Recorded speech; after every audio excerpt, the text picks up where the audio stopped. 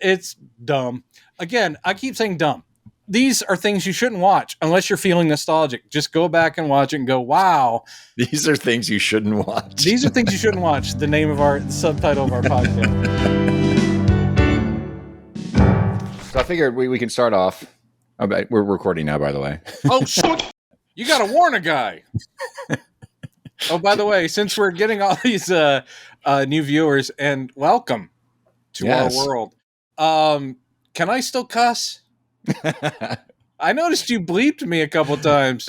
That's a monetization thing for looking ahead. I got you, Chad. But to all you that are worried that I'm being controlled by the man, let me just say, Dookie. Let me also say to all my fans, boogers.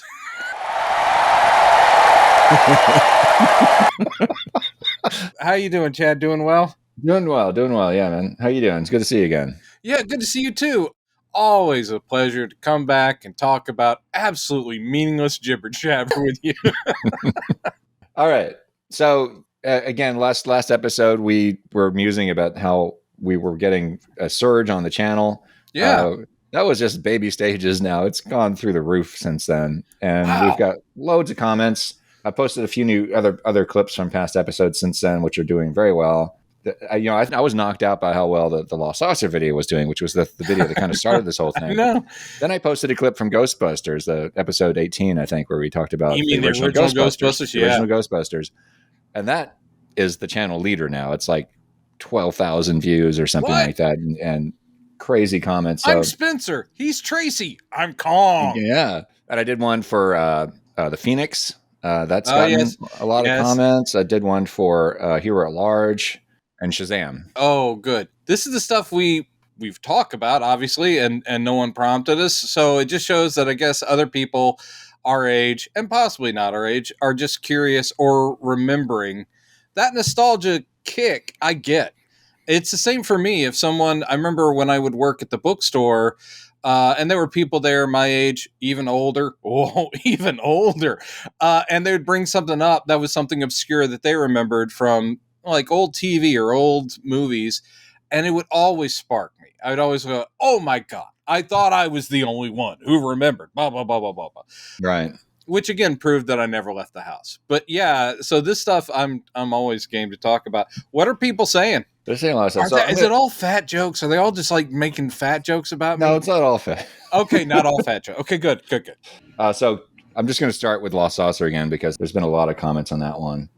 We're still getting a lot of people correcting us that Sid and Marty Krofft are still alive. I love the fact that you even put out a different little short one going, they're still alive. They're alive and kicking. And yet people are still like going, yeah, I know that you've already corrected yourselves, but I feel the need to be the 1200th person to tell you they're still alive. I understand. A lot of people aren't necessarily seeing that video, and then they're not going to scroll through all these comments. No. And I will say thank you, everyone that's letting us know. And we certainly, myself, because I'm the one who I accused them of no longer living, I'm glad they're still around. And I'm happy for them and their families, and I never wished them ill. I just assumed, which is a mistake.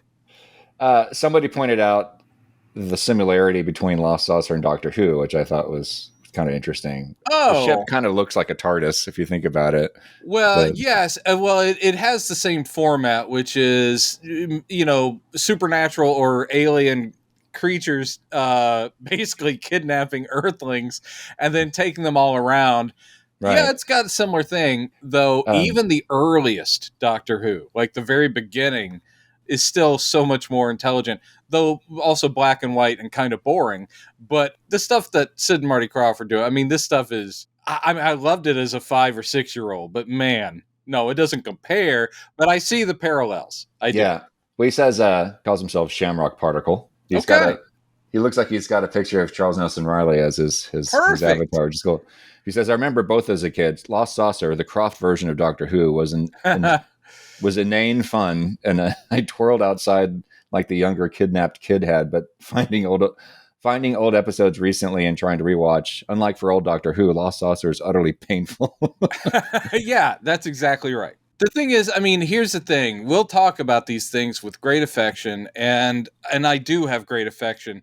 I do keep it in context. You watch it now, you watch it as an adult or a 50-year-old, and that's Lost Sauce or any of these Sid and Marty Krofft shows, which we've gone down a bit of a rabbit hole. I look forward to talking about Electra Woman and Dyna Girl later. But the thing is, you watch them as an adult, and wow. But it is also proof of what a kid brain responds to, and a kid brain responds to goofy, fun, colorful, stupid, but still fantastical. And we were definitely kids of an age, kids of every generation, every older generation says kids today are so much smarter than we were. My dad and my parents said that about us, and I'm sure their parents said that about them. So what pleased us as 5 and 6 year olds would not be pleasing to today's 5 or 6 year olds, I think. Yeah. Oh yeah. Several people pointed out this show that Bob Denver. I didn't know about either of these shows before the commenters mentioned it. Stephen Brown mentions, I don't remember Space Nuts, but Bob Denver had another show after Gilligan's Island with the same formula called Dusty's Trail, which was a Western. Yeah, I didn't know of that either. And then I think based off that, I think I found like just sort of the opening of it or something online and or at least I saw photos. I'm like, no, that rings no bells. Mm-hmm. Dusty's Trail. Yep. That could have only been like a season, right? That couldn't have been a long show. I don't think it ran very long, no. But and I think the main thing with us is that it must not have been in syndication. Right. I doubt that it lasted long enough because even back then, I think you had to have a certain amount of hours or episodes to even be syndicated as a package. So if it had like under 100 episodes, I think most things don't get syndicated. So yeah. Poor us that we didn't get to see Dusty's Trail, but good on you for remembering. I watched a little bit of an episode on YouTube, and I'm sure Bob Denver was great. It's just like Gilligan's Island in the West, where they're lost out on the trail, and he would occasionally say skip, and he'd stop himself from saying skipper. Skip, no, sorry, wrong show. Oh yeah, then there was another show that Bob Denver was on, which actually did run, I think, for a few seasons, called The Good Guys. Again, had no knowledge of that and must not have been in syndication. I think the thing was that Gilligan's Island was just so popular that the networks must have opted for that, or maybe the people, I don't know who would have licensed syndication for Good Guys, but I'd never heard of it before. What I believe is just that Bob Denver continued to be pretty much typecast, as a lot of these people were, like Larry Storch and Forrest Tucker, we talked about, and probably there was always a search for what can we plug him into that will make people feel like, oh, this is familiar, but it's not just a rehash. And so I'm sure he was just scrambling, looking for work and going, you want me to do the Gilligan thing again? Sure, I got it. You want me to be Maynard G. Krebs again? Sure, you got it. I'm here for you. And it's always just a search for the next one that'll hit. Gilligan's Island was successful. You know the big story about the reason it got canceled, right? Gilligan's Island? No. Yeah. The head of the network, his wife loved Gunsmoke, and apparently Gilligan's Island was interfering with Gunsmoke where it aired. So basically, to keep his wife happy, he canceled it. Literally, there was no reason other than his wife's complaint because the numbers were good. Yeah, it was still a successful show. I do think it's not a show that should have gone on and on and on, but it was one of the famous ones where why would you cancel something which is at its highest ratings? And it had only to do with keeping his wife happy. That's a pretty famous story. That's funny. I never heard of that before. I mean, Gilligan's Island, the whole concept of Gilligan's Island was funny to me because it was like it was all you had to keep them on the island. Like every attempt to get rescued or escape had to fail. Even the movie, one of the movies they did, the reunion movies, ended with them getting stranded on the island again. The very first one. I mean, that was kind of an event. I remember TV Guide and everybody just going, finally, they're back. And they've been... So Rescue from Gilligan's Island, I believe was the name of it. And they come back, their lives have changed and da-da-da. And then they end up getting back together because they miss each other. And they're like, let's take one more. So they get back out on a boat, similar to the Minnow. And they literally end up back on the island at the end as a wah, wah, wah. Yeah. And it's very similar in my mind to Greatest American Hero can never have the instruction booklet. Even he gets it back in one episode and then he loses it again. It just never ends. So all right. So it was it was CBS. CBS president Liam S. Paley and his wife Babe were longtime fans of Gunsmoke. CBS rescheduled the Western to an earlier time slot on Mondays. As a result, Gilligan's Island was quietly canceled at practically the last minute, while the cast members were all on vacation. Some of the cast had bought houses near the set based on Sherwood Schwartz was the creator, verbal confirmation that the series would be renewed for a fourth season. And it was just because Babe Paley was upset about the moving of Gunsmoke. Gunsmoke had already been on the air for like 20 years. It's just so amazing that she's like, I don't like what they're doing to Gunsmoke. Well, that's it for Gilligan's Island. God, that is, wow. Yeah. That's a travesty. It is. I'm starting a hunger strike. I will stop eating until they finally put Gilligan's Island back on the air. Is anyone still alive? I think a couple of them are. I don't think so. I think even Marianne, sadly, my favorite, I think even she passed. Really? Ginger's in it? I don't know. I think Tina Louise. Okay, before we get more emails. Okay, well, yeah. I'm worried. Tina Louise. Okay, sorry. Yes, you're right. Tina Louise is still alive. I'm pleased to report we still have Ginger. Yes. Okay, so let's move on. The comments on the original Ghostbusters video are epic. A lot of people praising Larry Storch and Forrest Tucker and Bob Burns. They should. Yeah, it's funny how people were just thrilled. A lot of people with Ghostbusters, they're like you are, just thrilled to be reminded of the show. Right. And then there are people like me who never remembered it at all. It was one of those things where, I mean, this makes me sound like the world's worst party attendee, but the whole thing of being able to pop up and just go, you guys know there was a Ghostbusters before. And also there were the Bob Hope Ghost Breakers. Ghost Breakers, right. Somebody mentioned that. But the Ghostbusters, I always liked bringing that out. Like, there was a previous Ghostbusters and see if anyone remembered the show that we're talking about. I also love bringing up because there are a lot of people, rightfully so, who love the movie Monster Squad. And I love that one from the 80s. It's great. And I used to love going, there was a Saturday morning TV show called Monster Squad with Fred Grandy of Love Boat. And I love bringing that one up because I loved it. And people go, no, there wasn't. I'm like, absolutely. Wax Museum. Classic monsters coming to life and fighting crime and just blowing people's minds. Yeah. Again, I haven't been invited to a party in about 18 years. So when it was around the time I posted this clip, I think I did a little research on the history of this and what the interactions they had with the Ghostbusters film, the Ivan Reitman film that we both love so much. It's kind of stunning, the similarity between these two properties. They're not exactly the same, but there are definitely some similarities. It's not just the name. The story is apparently that when Ivan Reitman and Dan Aykroyd and stuff were developing the script for this, they couldn't settle on a name. They were going back and forth between a lot of different ideas. Ghostbusters was one of them, and they thought, well, maybe. And then at some point during production, somebody discovered, there was a kid show 10 years ago. Right. That they're like, oh crap. And it's totally believable to me that they didn't know about it because they wouldn't have been young enough to have been watching the show at the time anyway. And it probably was not in syndication anywhere. At the time, it was probably sort of a forgotten show. Filmation was busy doing other stuff by that point. And they were doing He-Man and Brave Star. Right. So at some point, they were still trying to figure out, well, we really got to figure out a different name, and they couldn't settle on something. And then they got to the scene where there was all these people chanting Ghostbusters on the street. And that's when they said, look, they called their legal department. You've got to strike a deal with Lou Scheimer now because we got to get this settled. So they did settle for I think it was $500,000 that they paid Lou for the rights to use the name. And then Lou, in this article I read, was saying that he was pissed off at himself that he didn't think about animation rights in that moment. And so those were still up for grabs. And so neither of them could stop each other from using the name in a cartoon.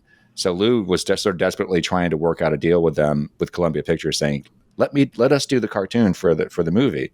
we're perfect for it, And they said, nah, we're good. And then they went off and just started working on their own cartoon. So they like, made their own crap. cartoon as a sequel to their old show. Right. So they went back and did a soft reboot.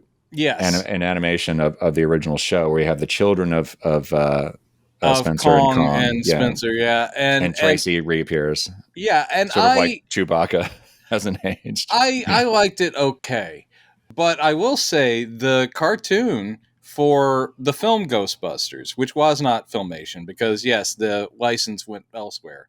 That one, which had to call itself the real Ghostbusters, right? Whereas the Filmation was the original Ghostbusters, but the real Ghostbusters is really good. I remember that as being a really good cartoon riff on the movie, and it's gained sort of this cult thing, and it's had a nice DVD re-release and so forth. Yeah, they on a kid level, they really do capture the feel of the movie. There's a good sort of like, I'm Bill Murray, but I'm not voice and that kind of stuff. Yeah, I had the action figures. Again, that's me. Yeah, and there were a lot of people in the comments who remembered the cartoon. People are a little bit younger than us, I think. Remembering the original Ghostbusters cartoon? But not the live action. They said, I had no idea there was a live action show. Wow, that's weird. This, that's hilarious. So there's all different layers of amazement in the comments about this video. We're glad to help. That's what we're here for. Yeah, exactly. So some of the most fun comments, I think, came in on the video I posted for the Phoenix, which was a clip from a very early episode of ours. I really didn't know how well this was going to do, and I was kind of stunned at how many people remember the show, which only had 5 episodes 40 years ago. That's the thing. That's the thing, is how deeply this stuff goes. But I will say, because we are the people we are, and we love genre stuff, I have such a clear memory of almost anything connected to sci-fi, superheroes, the occult, paranormal stuff, even if it only lasted like 2 or 3 episodes, because that stuff was exciting for me. We need to do an entire episode on the TV movie Exo-Man. Did you ever see that, Chad? I'm sorry, what? Exo-Man? I know. No, I haven't. It's awful, but it was a TV movie ripoff of Iron Man, where they were trying to launch, because it's post $6 Million Man, and the studios are like, we need something else that's like that. Let's get that. And they're like, but what if we do a superhero show? We don't want to pay Marvel for the licenses to anything. And so someone came up with Exo-Man, which is basically brilliant inventor. He gets targeted by the mob, and they try to kill him. They don't kill him, but he ends up being a paraplegic. So he builds a powered exosuit, which looks like a huge fire plug. I mean, it looks terrible. Wow. And I even read I found it on Wikipedia, and they said that the reason the costume looks so simplistic and dumb is that they're like, even at the time, they could have done better effects and better costume design, but they were thinking about toys. And they said making it simpler would make the toys easier to make. There were never going to be any toys, let me tell you this much.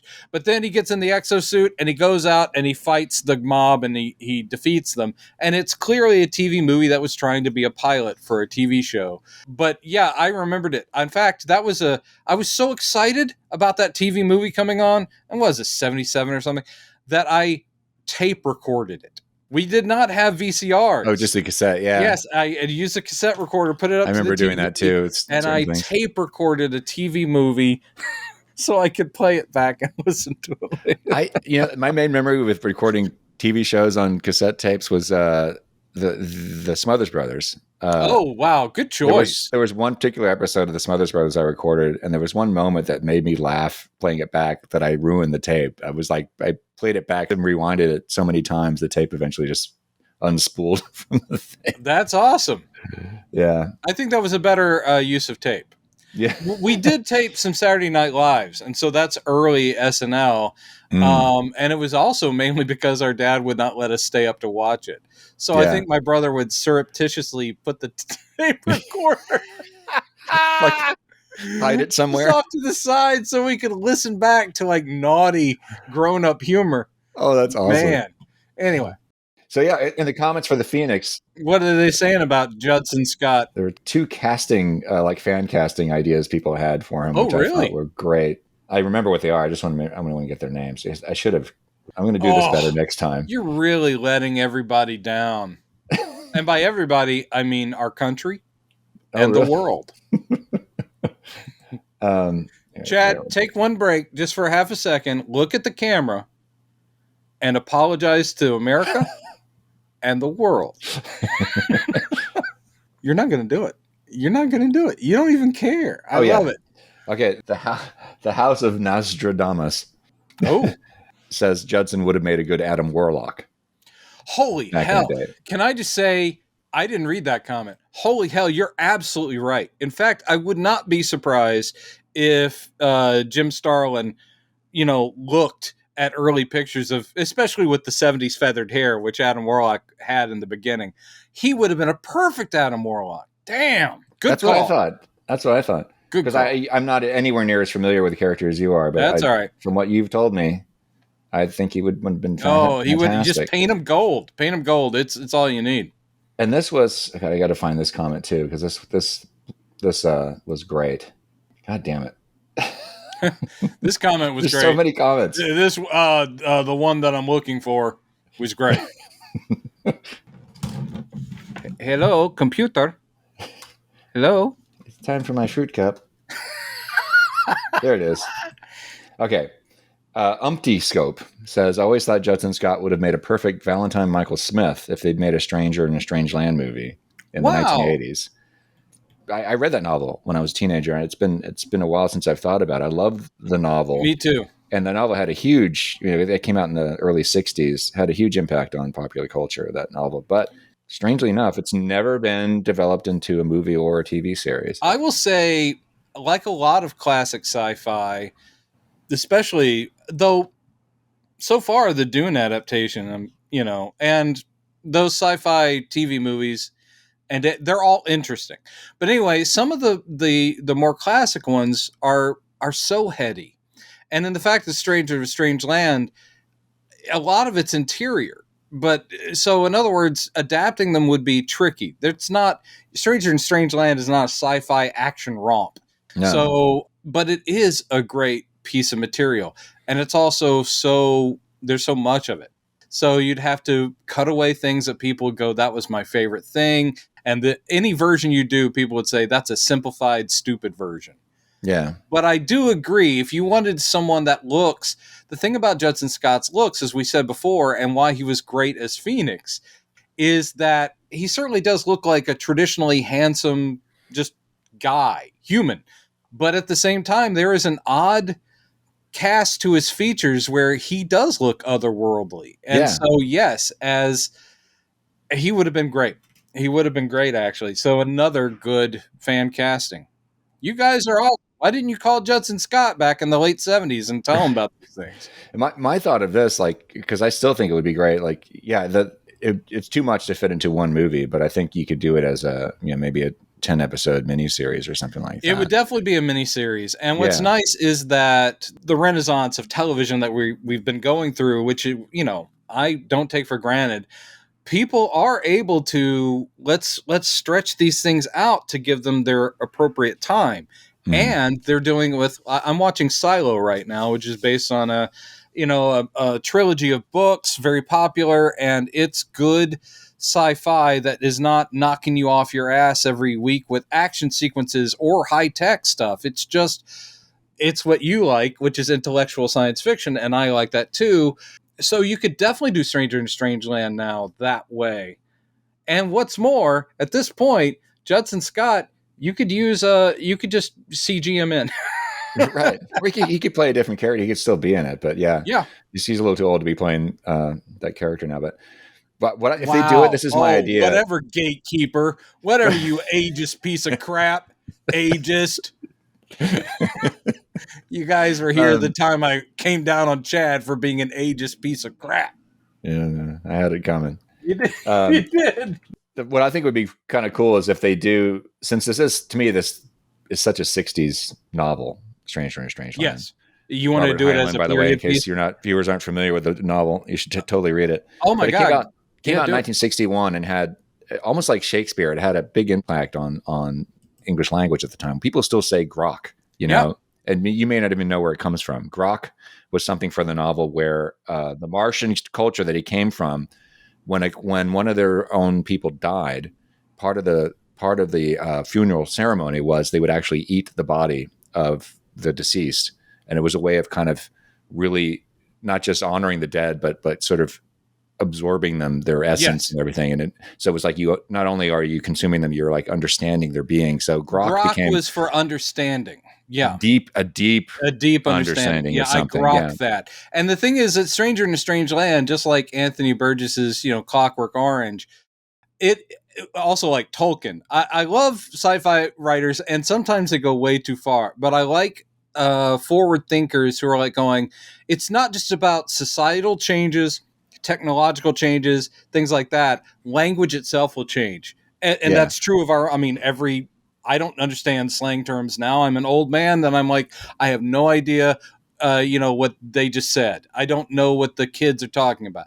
But these are novels where they have glossaries in the back of the language that they're, that he's created, which aids in you going, oh, that does set you in like, I am trying to follow. I've been dropped into another world. I do love books like that where I'm like going, I'm forced to use a little bit of the old brain because it's not just there.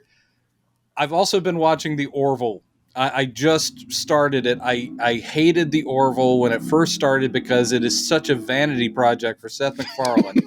It is, where he's like going like, look at me, I'm playing Captain Kirk dress up.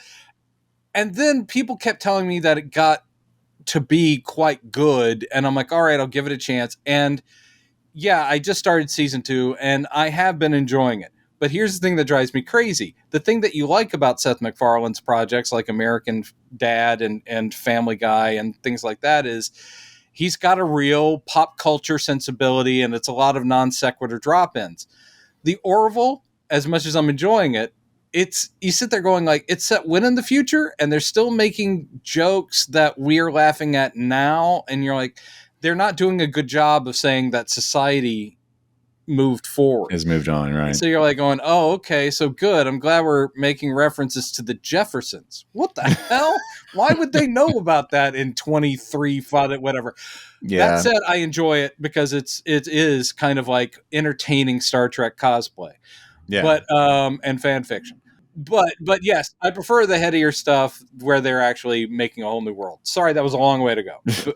But my thought was, if they do a Stranger in a Strange Land series, I think they should set it in the 60s. I think that would, not just because the novel came from the 60s, but I think having it in a retroactive setting might actually make it a little bit more easy to give it a more otherworldly feel, but also familiar. Well, I don't know. I think that making something a period piece or period suggestive, yet you're not being historically accurate, is another way of, instead of like trying to create a fantastic future world, if you do something retro sci-fi, like again, we both enjoyed Welcome to Tomorrow. Was that the name? Hello Tomorrow. Hello Tomorrow. I always put Welcome instead. I did enjoy Hello Tomorrow because it did that retro sci-fi thing. Yeah. And that is what you're talking about. It's like, this is science fiction, and yet it's familiar to us. We're just looking at all the things that are slightly altered. Right. And so setting it in a stylized 60s would be perfect. I think one of the things that's making me think about that too is Watchmen, because the original story of Billy Crudup's character, who is Dr. Manhattan. Dr. Manhattan, his original origin story takes place back then, and so all the news footage of him, his people first learning about him is from that era. Yeah, and Michael, or is it Valentine Michael Smith? But he's kind of like a Dr. Manhattan type of character, where has this almost like it's like a Christ figure, and he develops these superhuman abilities. Well, that is the big metaphor of the book, is that, someone special comes to us, and of course we tear them down, or And you look at things like The Man Who Fell to Earth, similar thing where it's like, oh, totally, yeah, yeah, which is so very influenced by Stranger in a Strange very Land, much so, yeah. where they become corrupted by the very world they're trying to help, and then you're like, oh right, so it's as if Jesus had accepted the temptations that Satan had laid before him, and goes, oh yeah, that's awesome, I'm going to live like a king and whatever. I mean, that's always a good twist. You always sci-fi is good. Sci-fi is almost always allegorical. You can go, "Oh, I know exactly what they're doing," but it's done in a very clever and unique way. And yeah, I think the Phoenix should be placed in a right there on the shelf next to Stranger in a Strange. It's right up there with it. Yeah, actually, Phoenix, if it had gone on and had not tried to be all things for all people, like a superhero show for kids or a heady sci-fi thing for adults. But if it had kept going smartly, you could have done a great sort of corruption of the angelic, messenger figure plot line. Phoenix as an idea, you could totally reboot the Phoenix. I think it's one of the reasons why we remember it. It's cheesy, but you could definitely reboot it and make it smart. It is a stunning story with a show that literally only had 5 episodes. Yeah, exactly. I mean, there were more episodes made. We only saw 5. Oh, really? So they never came out, huh? Yeah, they just canceled the show. You can get I don't have it, but you can get a bootleg of with the unaired episodes. I don't mean to brag, but I've seen them. Are they any better than? They're all of a piece. It literally is like they said, this is going to be our new $6 Million Man, or Incredible Hulk, where he wanders city to city, touches people's lives, and moves on. And you're like, and still the overarching quest. So I'm looking for my lady half, if you know what I mean.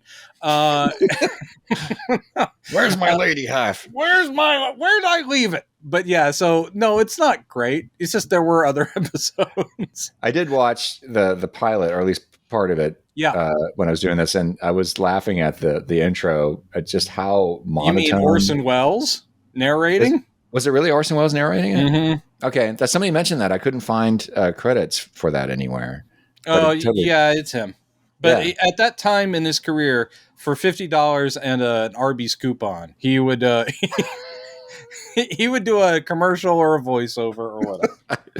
Okay. And I'm not disrespecting. Orson Welles is like a god to me, and it's a shame what his later career was. He should never have had to beg people for money. I'm just saying that, at that time, he was like, you want me to do what? Do a narration for an Alan Parsons Project album? Okay. You want me to do what? Sell some frozen peas? All right. Yeah. God bless him.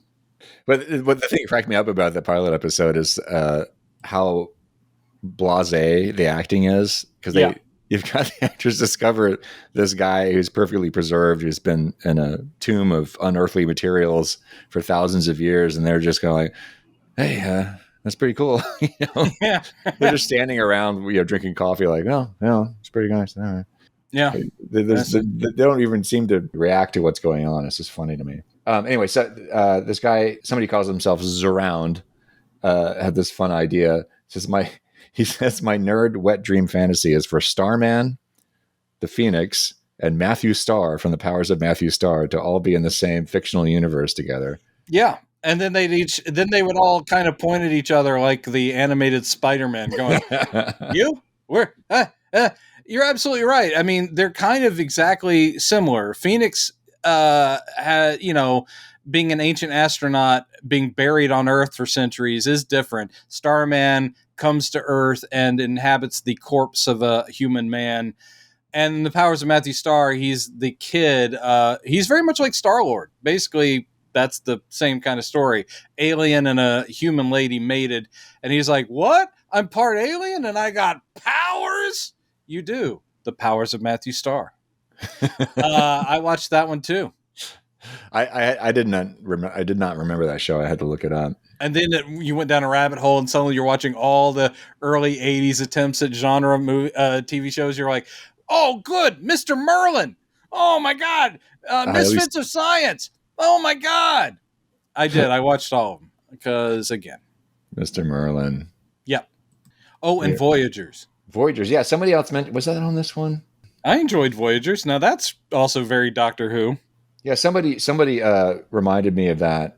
Jonathan Sheeran says, I was only about 6 when the show aired, but I do remember it almost like a fever dream. The medallion he wore always stuck with me. Yeah.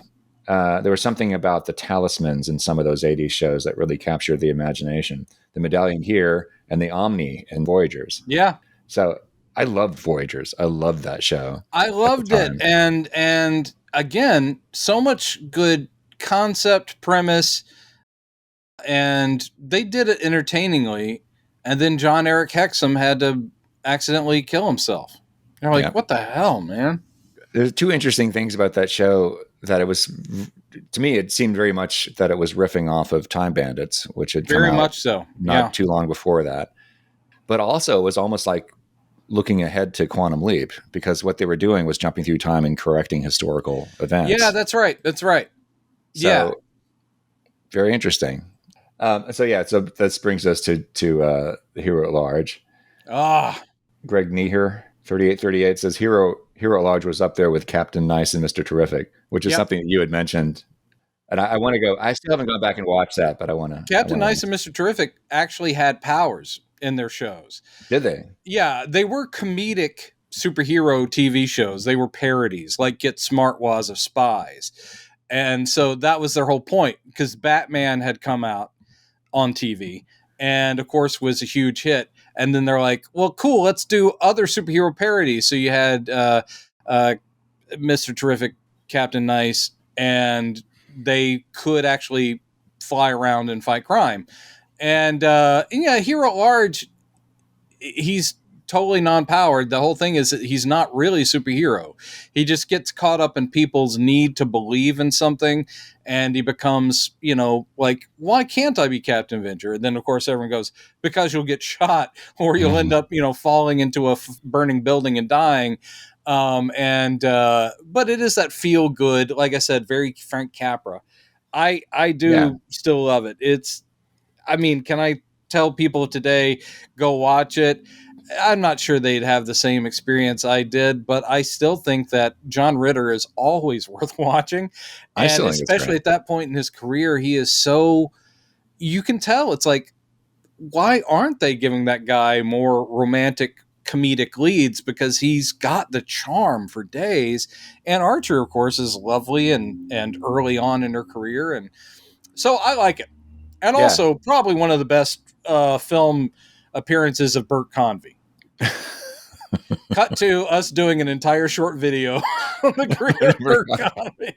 Here it comes. It's like, okay, Cannonball Run and this. And what else? Okay, he didn't do that much. I was rewatching it, and just one of the things that struck me was how well they kind of crafted his character, just being set up to do what does happen with his character. That he's very much, number one, he's very much into the character of Captain Avenger, more so than his fellow actors who are all the whole idea job. Is that he is weirdly like a Steve Rogers. In other words, yes. And they keep making fun of the fact that he comes from a little town. He's an actor, but he's from a little town in, like, I don't know, Idaho or something. And so he's this altruistic good guy. Yes. So he's like, don't you get it? Yeah, he's like, don't you get it? When we're wearing the costume to the kids, we are that character. So isn't it cool that they're looking up to us? And all the other actors are like, dude, I'm getting $50 today, and that's going to, pay for groceries. I don't give a shit. Yeah. So it is good. He's the guy who believes. Yeah. And that's I love the scene in the diner where he meets with his agent, and his agent gets pissed off at him when he realizes that he'd given away one of the leads. Yeah. that he had to one of his students. Yeah. He's like, what are you killing me here? Come on. He's like, well, it was the right thing to do. It was the right thing to do. It changes his life, and it'll come back to me someday. I mean, come on. It didn't even occur to him, but that's like, it was just great. Anyway. Yeah. Plisken2156 says Taxi Driver plus Tootsie equals Hero at Large. Mm-hmm. Yeah. Except for, I like it. Taxi Driver's only there in small amounts. So here we come to CONDORMAN. 77 says, was it better than... Give me a second. Hold on. I need to prepare. 77 says, was it better than CONDORMAN? This moment, I didn't. What the hell is that? I had to look it up. Oh, and you didn't? No, I had no idea what it was. So I looked it up on Rotten Tomatoes and saw that it had a much lower critics rating than here I at wouldn't have large. needed to look that up. I would say unequivocally, Movies, I right? always put a B in there for some reason. Unequivocally, I always say, and that's wrong. Unequivocally, yes, it is much better. CONDORMAN has also a good premise, but it's live action Disney nonsense that really it's pretty boring. And I'm not laying that on. Michael Crawford is the star of CONDORMAN. That is Broadway's original Phantom of the Opera. And, the idea of cartoonist must become his own cartoon creation. And he's a superhero / super spy who really doesn't know. He's in over his head. CONDORMAN has its things. I like the design of the suit, his wings, his wingsuit, his cool car. But no, Hero at Large has just got a heart. It's got a heart, man. And it's got some pretty clever satirical writing. So, yeah, I'm sorry to all the CONDORMAN fans. No offense. You love what you love. And there's no shaming. But I'm saying, no. I wouldn't reboot CONDORMAN if they paid me, I would. Sorry, I almost said if they paid me. I said, nope, I am not above it. So call me if you want to reboot CONDORMAN. Oh, is this Brendan? Yeah. Reboot CONDORMAN? Can it not be crap? Cool. All right. How much am I getting? All right. Well, that'll pay for groceries. Okay, bye. Click. You still haven't apologized, by the way, to America and the world. I apologize to America and the world for whatever it was I didn't do. I've already forgotten what I was apologizing. It was about you not having written these down and you searching so much. Oh, yeah. Sorry. I'm glad that failed America. You failed America. In the same thread, someone named Sergeant Dave says, nope, not as good as CONDORMAN or Super FUZZ. Super FUZZ. Do you remember Super FUZZ? Yeah. Wait, let me make sure I've got it right. I'm going to look it up. But if I remember correctly, is that the movie with Terrence, God damn it. What's his name? And Ernest Borgnine, and it's about an android cop? I'm going to look that up real quick. I think you're right. I hate if I am right. So let me, real quick. Super FUZZ. Yep, Terrence Hill and Ernest Borgnine. But he's not an android. Red powder from a nuclear explosion gives a police officer superpowers as long as he doesn't see anything red. Stupid. What? He is eventually framed for murder and is unsuccessfully executed by many different methods. Yeah, Terrence Hill was like a Italian staple of like action comedy stuff. And so this is really an Italian movie that has Ernest Borgnine in it. It's a PG 1980 movie. And I'm sorry to our listener who is a big fan. I have this bare memory of it. It's not good. So, okay, moving on to the most recent video I posted, which is a clip of us talking about Filmation's SHAZAM and a little bit about ISIS, the mighty ISIS. Love it. Farpoint Gaming Direct says, I have SHAZAM on DVD. The real Captain Marvel. Yeah. Not another Stan Lee ripoff. That is a sore point of contention for me, so I totally relate. DC should never have... Well, okay. All right, sorry. I'm getting a little historical. Let's hear it. DC aren't the good guys in this, technically, simply because DC ran Fawcett Comics out of business. Captain Marvel, our original guy who says Shazam from the 40s, was not DC. He was Fawcett. And he actually started to outsell Superman at his height. And so DC they sued. That was one of the first lawsuits DC ever did, saying they ripped off Superman. And I'm sorry. Yeah, other than having a muscular guy with super strength and flight, no, totally different. Billy Batson saying a magic word, turning into Captain Marvel. That is not Superman. So they were stupid. But the court case went so long, and eventually DC did win, even though I don't know how, that they bankrupted Fawcett.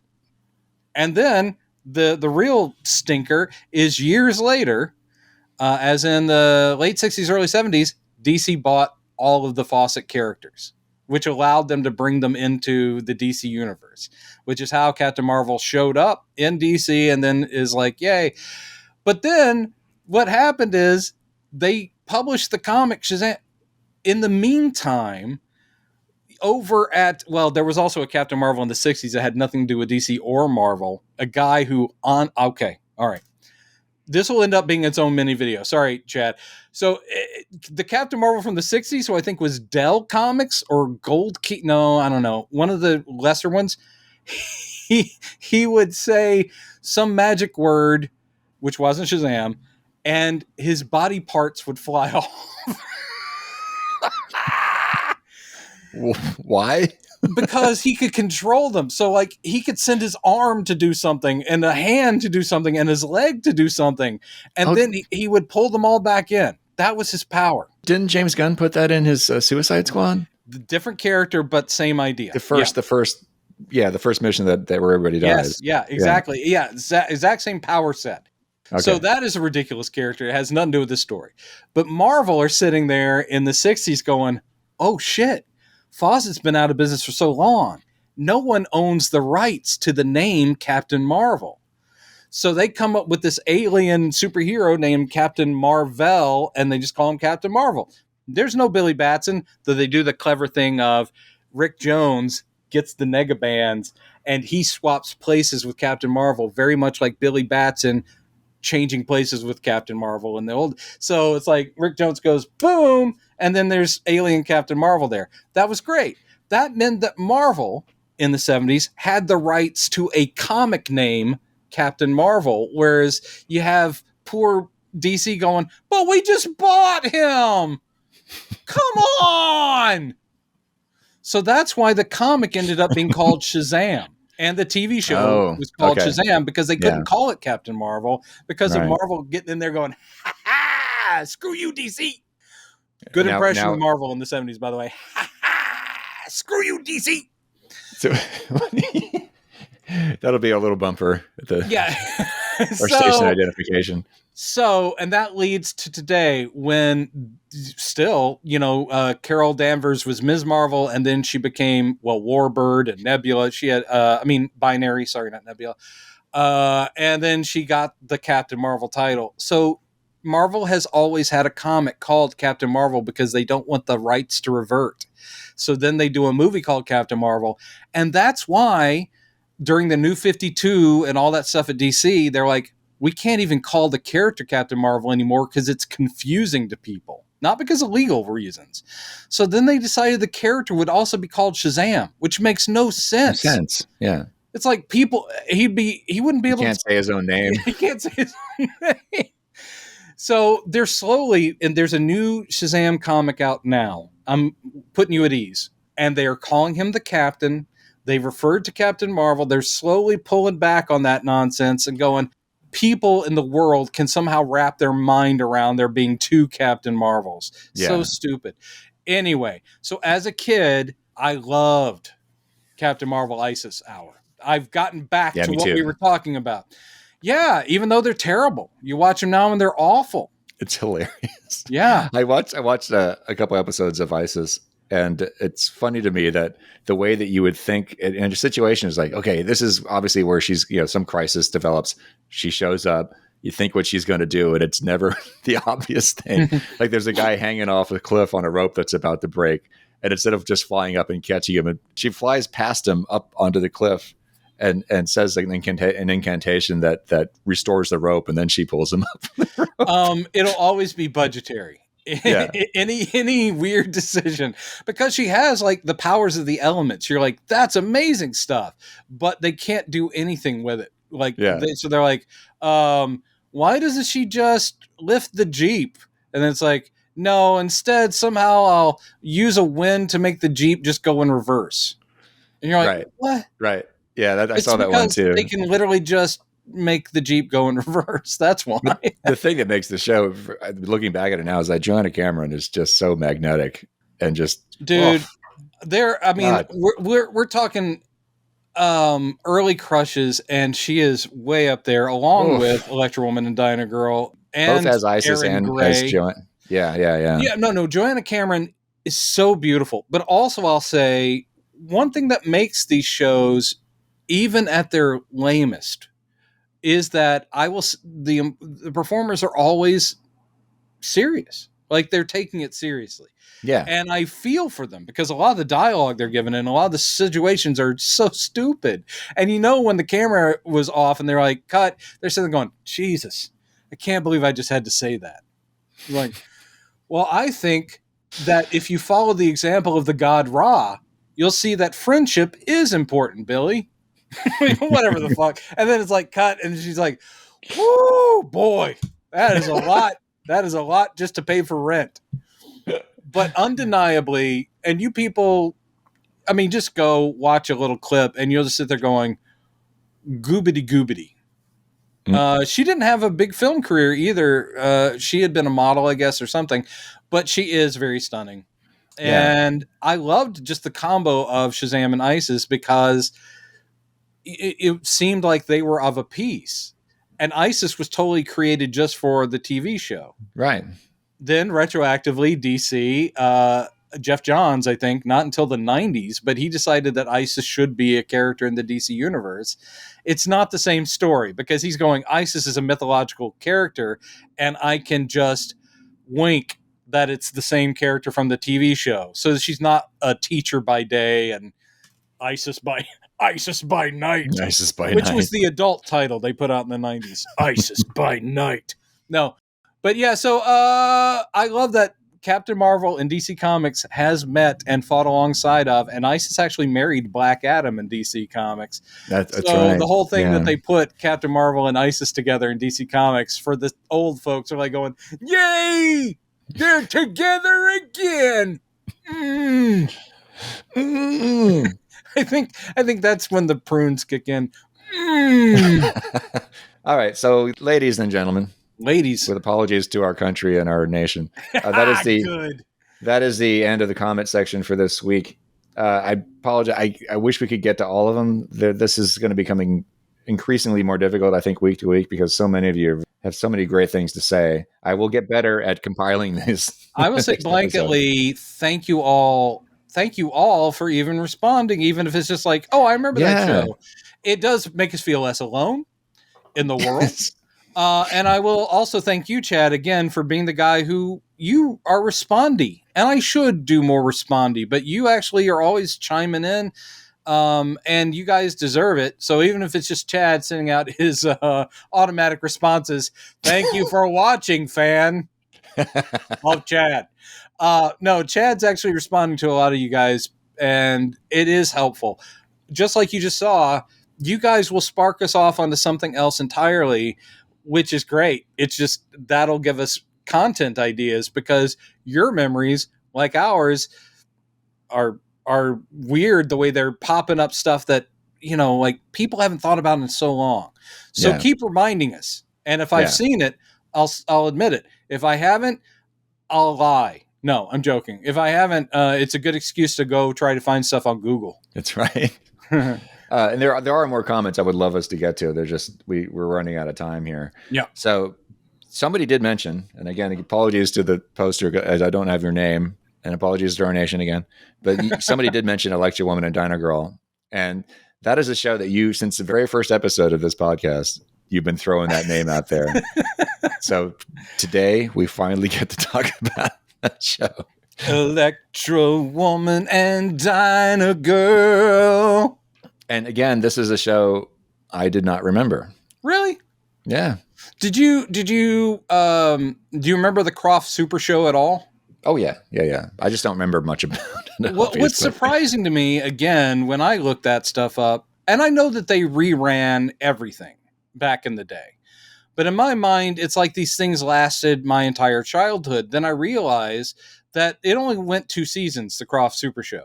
And the Krofft Supershow was an anthology where they had hosts, and the first hosts were Captain Kool and the Kongs. This is 1976. They invented a band that's supposed to be kind of glam rock / Kiss, only without face makeup. They all have weird personalities. And Michael Limbeck, who was a very noticeable actor of the 70s and 80s. You've seen him in a million things, who then became a very accomplished director, especially TV, played Captain Kool. And they're not a real band, but they're in like denim with like sparkles on it. And basically they're kid friendly. And the whole thing is they're like going, coming up today on the Krofft Super Show, we got new episodes of Magic Magoo and Wonderbug and Electra Woman and Dyna Girl. And they have weird little skits, dumb, like laugh-in type little interstitial skits. And then you would see a 12-minute episode of one of the Krofft Super shows. Literally all of these that we're talking about are only 12 minutes long with a follow-up. So they would do your first half in the first section of the show, and the second half you'd see the resolution. So 2 12-minute episodes of Electra Woman and Dyna Girl, and 2 of Dr. Shrinker, and 2 of Wonderbug. And Electra Woman and Dyna Girl, I remember, yeah, Wonderbug, which was Schlepp Car, a broken down dune buggy that then had a magic horn. Had a magic little squeaky horn on the side by the driver's side that when it was honked, you'd see this like flashing op effect, and they go baka baka baka baka baka baka baka baka baka baka baka ba with like lightning bolts, like it was a magical transformation. And then it became Wonderbug, which was a really tricked out dune buggy with sparkly paint on it, and it could fly, it could talk. No, maybe it couldn't talk. It talked through its horn. That's right.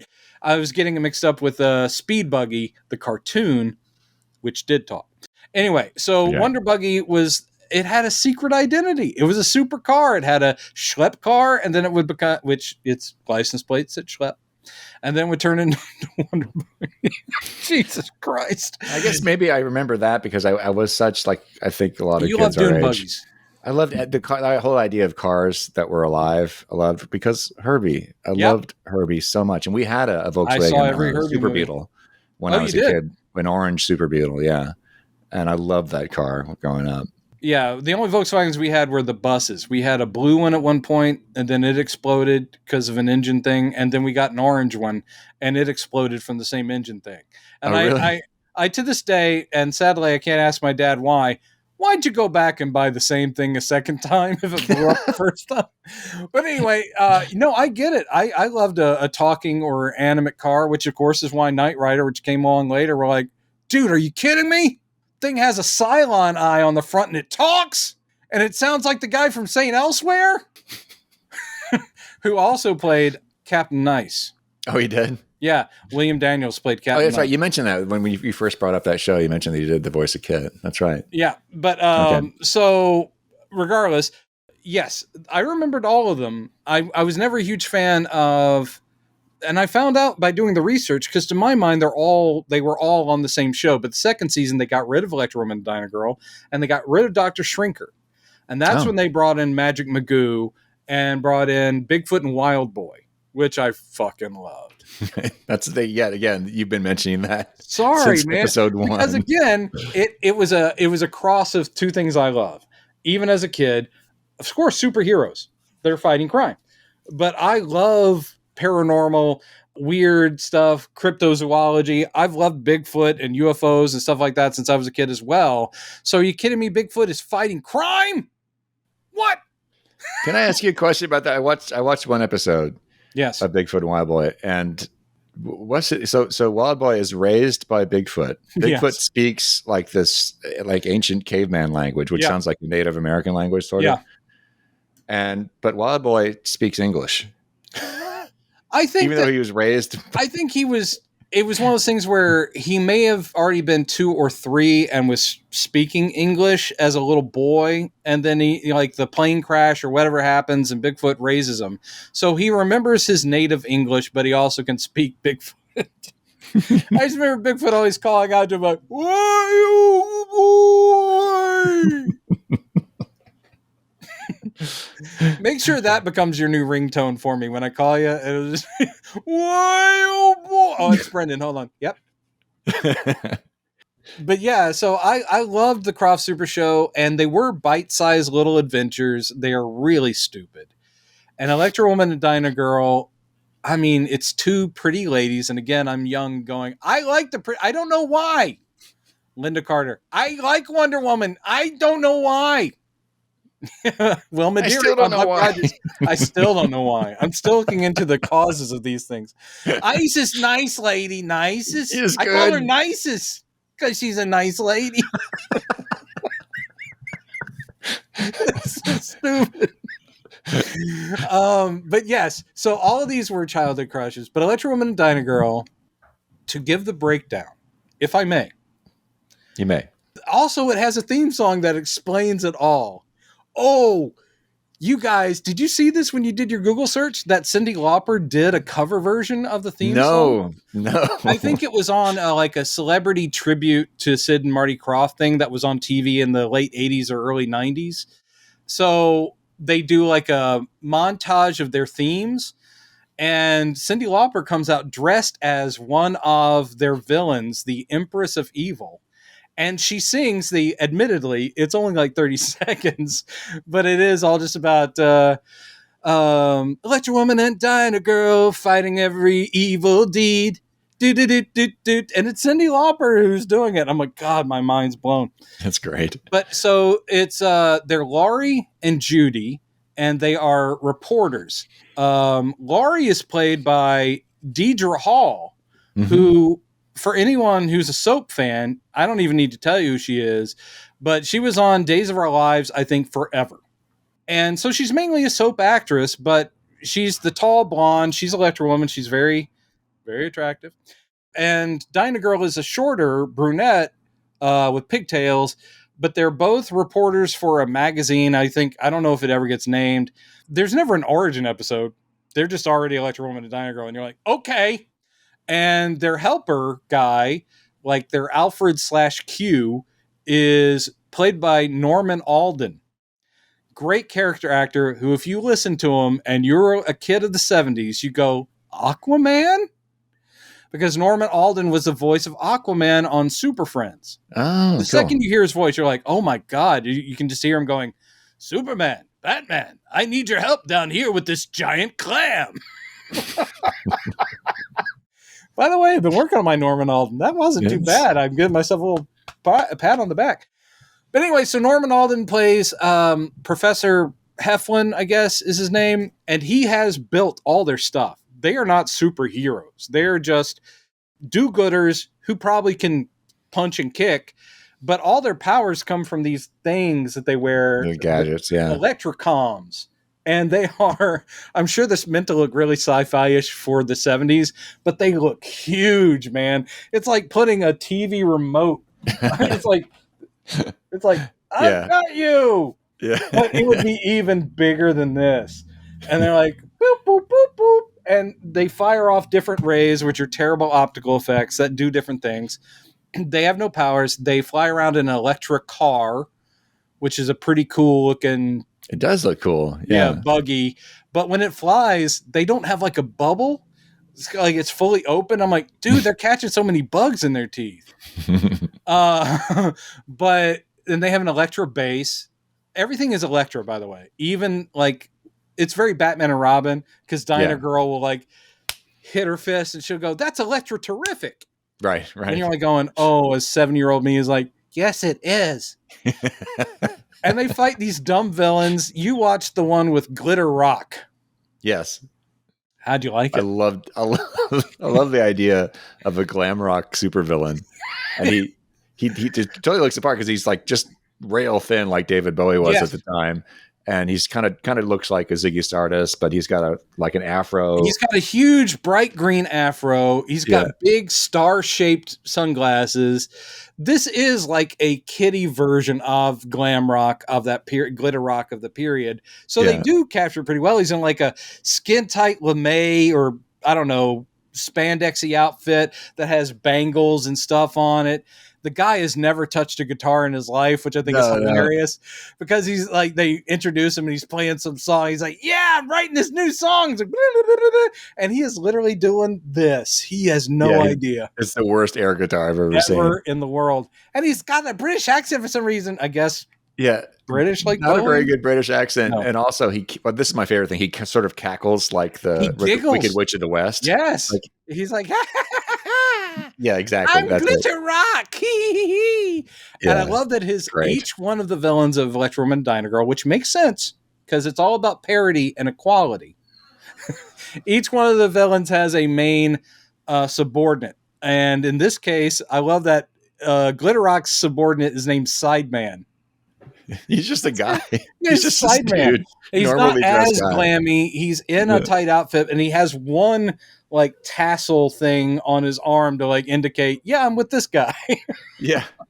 He just looks like a member of the crew that they pulled on. Yes. So you play this part. Yeah. Yeah. So it's dumb. Like the whole plot is you got Glitter Rock, who has his music can make people do things. And he's written his new one, which is called Take Over the World. And it really doesn't come into play because he's going to send up a satellite. I guess he's going to send that song out through the satellite. That's the deal. So he's going to send out an evil satellite. Electra Woman and Dyna Girl go up against him. Also, he has stolen the key to a fictional country that gives them they're able to rule that fictional country, even though you don't see anything to do with that, because the king of that fictional country is a high school friend of Electra Woman. Right, that's right. It's pretty weird. It's dumb. Again, I keep saying dumb. These are things you shouldn't watch unless you're feeling nostalgic. Just go back and watch it and go, wow. These are things you shouldn't watch. These are things you shouldn't watch. The subtitle of our podcast. And every time they're faced with something like, we'll use our Electra comms, and they beep, boop, boop. I like their outfits. I think the design of them is pretty cool. They don't wear any kind of mask. So again, the world could just go, hey, aren't you that reporter Laurie? And aren't you that reporter Judy? No. Okay. No attempt to disguise themselves. And they just go boop, boop. And then you'll see some bad, like, chroma key looking effects of a ray shooting out. One ray is supposed to, like, freeze them in place. And they're clearly just like, all right, pretend like you can't move. We'll put in a graphic over you like, oh, we're trapped in a thing. And it's got a kick-ass theme song, which I think we should cover. Okay. It's only 30 seconds. Yeah, that and but we have to do the Lost Saucer. I know. Yeah. No, it's good stuff. That's one of the greatest theme songs of all time. So watching it didn't bring back memories of them at all. No. That's crazy because of all the Krofft Super shows. Electra Woman and Dyna Girl is the one that seems to have stuck in everyone's head, even though I think Bigfoot and Wild Boy should be right after. And I do love Dr. Shrinker. Also has a great theme song. Dr. Shrinker, he's an evil man with an evil mind or something like that. It's great. Anyway, so Electra Woman and Dyna Girl has had 2 reboot attempts. Really? Honest to God. 2001, I did look this up because I remembered vaguely, but it never aired and I couldn't remember the date, so I looked it up. NBC, I think, no, the WB wanted to reboot it. And they wanted it to be a true sequel, but they wanted it to be kind of like snarky, like self-aware. So the idea is it's 25 years after the adventures of Electra Woman and Dyna Girl. And Electra Woman is played by Markie Post of Night Court. A good choice. Very good, very funny actress, and also very attractive lady. But the idea is that she lives in a trailer now. She's lost all her money, and her husband ran off with the original Dyna Girl. And a girl that she had saved as a youngster has grown up worshiping Electra Woman, finds her and is like, you've got to come back and help people like you used to, and I'll be your new Dyna Girl. So this is the premise. But it's all full of like, you know, like adult jokes. Like Electra Woman's kind of an alcoholic, sexually promiscuous kind of thing. And it's all like, I don't know, kid. They only filmed a 15-minute, they call it a pilot, but they filmed a 15-minute, essentially, sizzle reel. And you can find it on YouTube. Okay. And it does look terrible. It's a shame because I was like, good casting idea, not a terrible concept, but yeah, it looks like they gave it no attention whatsoever. So it wasn't picked up. Cut to, I think, 2016, fairly recently, a web series. I don't know how these 2 young internet actresses got the rights, but they did a web series update, which was a reboot Electra Woman Dyna Girl, that was also sort of a parody and also very aware, but it was set in the modern day and it's all winky, like I did there. It's all winky. And it did well enough, I guess, that they did a like made for VOD movie. So you can find that. It looks better than that terrible 2001 thing. And I did watch it. I just found it to be too like snarky. Oh, we're just accidentally fighting crime. We're actually trying to promote ourselves as like media figures. And like, oh, that's very modern. That's cool. Yeah. Anyway. And I think they get rid of the character Frank Heflin altogether. So where'd they get their Electrocons? I don't know. But anyway, so Electra Woman Dyna Girl has had a life past the 1970s. That's so fascinating to me. Yeah. All these and now I know what you'll be watching tonight on YouTube. Anything but what I just mentioned. Okay, so now that we've gotten that out of the way. Yeah. All right, people, we will see you next week. Please leave your comments and your questions. We will do our best to get to as many of them as we can. And Chad, again, apologizes. Next time, he's going to write down things. He's going to notate. I got to figure out a system for this because it's a lot. Maybe you should leave in your searching, but put like yakety sax or something under it when you do the video. It's like, a lot of comments. Yeah, thank you, everybody, for talking at us. We're still here. Yeah, we are. And someday, maybe, Chad keeps teasing Prodigious Saps t-shirts. Yes. Oh, soundtrack album. The soundtrack album. That's right. Ooh. Okay. I know. The merchandising possibilities. Yeah, I know. I still want to do our cover song. We've talked about, but we'll talk to you later, everybody. All right. See ya.